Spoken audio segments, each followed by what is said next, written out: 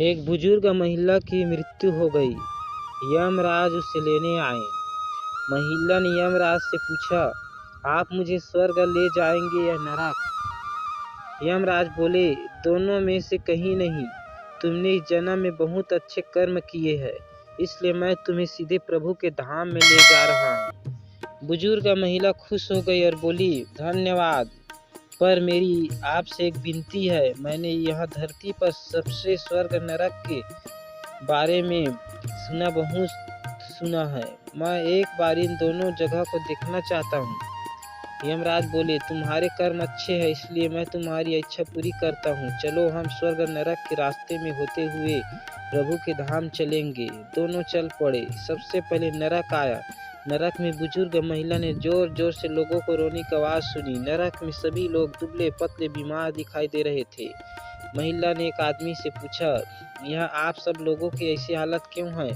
आदमी बोला, तो और कैसे हालत होगी? मरने के बाद जब से यहाँ आए हैं, हमने एक दिन भी खाना नहीं खाया। भूख से हमारी आत्मा तड़प रही है। बुजुर्ग महिला की नज़र एक विशाल पतीले पर पड़ी, जो कि लोगों के कैद से करीब 300 फुट ऊंचा होगा। उस पतीले के ऊपर एक विशाल चम्मच लटका हुआ था। उस पतीले में से बहुत शानदार खुशबू आ रही थी। बुजुर्ग महिला ने उस आदमी से पूछा, इस पतीले में क्या है? आदमी मायूस होकर बोला, ये पतीला बहुत ही स्वादिष्ट खीर से हर समय भरा रहता है। बुजुर्ग महिला ने हैरानी से पूछा, इसमें खीर है तो आप लोग पेट भर के खीर खाते क्यों नहीं? भूख से क्यों तड़प रहे हैं? आदमी रो रो कर बोलने लगा, कैसे खाए? ये पतीला 300 फीट ऊंचा है, हम में से कोई भी इस पतीले तक नहीं पहुंच पाता। बुजुर्ग महिला को उन पर तरस आ गया।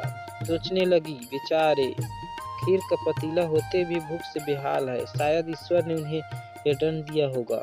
यमराज बुजुर्ग महिला से बोले, चलो, अब हमें देर हो रही है। दोनों चल पड़े। कुछ दूर चलने पर स्वर्ग आया। वहाँ पर बुजुर्ग महिला को सबकी हंसने खिलखिलाने की आवाज़ सुनाई दी। सब लोग बहुत खुश दिखाई दे रहे थे। उनको खुश देखकर बुजुर्ग महिला भी बहुत खुश हो गई।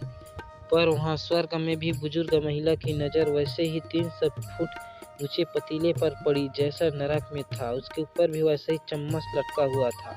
बुजुर्ग महिला ने वहाँ लोगों से पूछा, इस पतीले में क्या है? स्वर्ग के लोग बोले, इसमें बहुत स्वादिष्ट खीर है। बुजुर्ग महिला हैरान हो गई।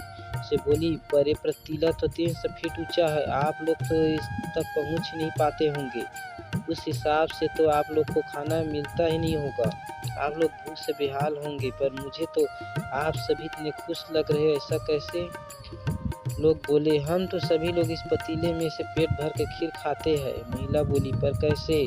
पतीला तो बहुत ऊंचा है। लोग बोले, तो क्या हो गया? पतीला ऊंचा है तो यहाँ पर कितने सारे पेड़ हैं। ईश्वर ने ये पेड़ पौधे, नदी, झरने हम मनुष्य के उपयोग के लिए बनाई है। हमने इन पेड़ों की लकड़ी ली, उसका काटा, फिर लकड़ियों के टुकड़ों को जोड़ के विशाल सीढ़ी का निर्माण किया।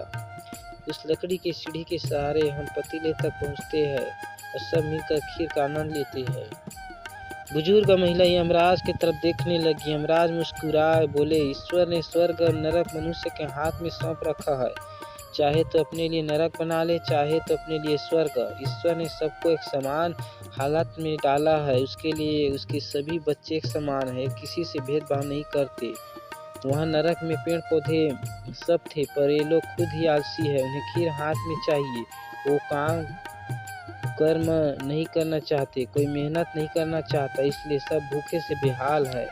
यही तो ईश्वर की बनाई इस दुनिया का नियम है। जो कर्म करेगा, मेहनत करेगा, उसी को मीठा फल खाने को मिलेगा। अर्थात स्वर्ग एवं नरक अपने हाथ में है। मेहनत करे, अच्छा कर्म करे, अपने जीवन को स्वर्ग बनाए।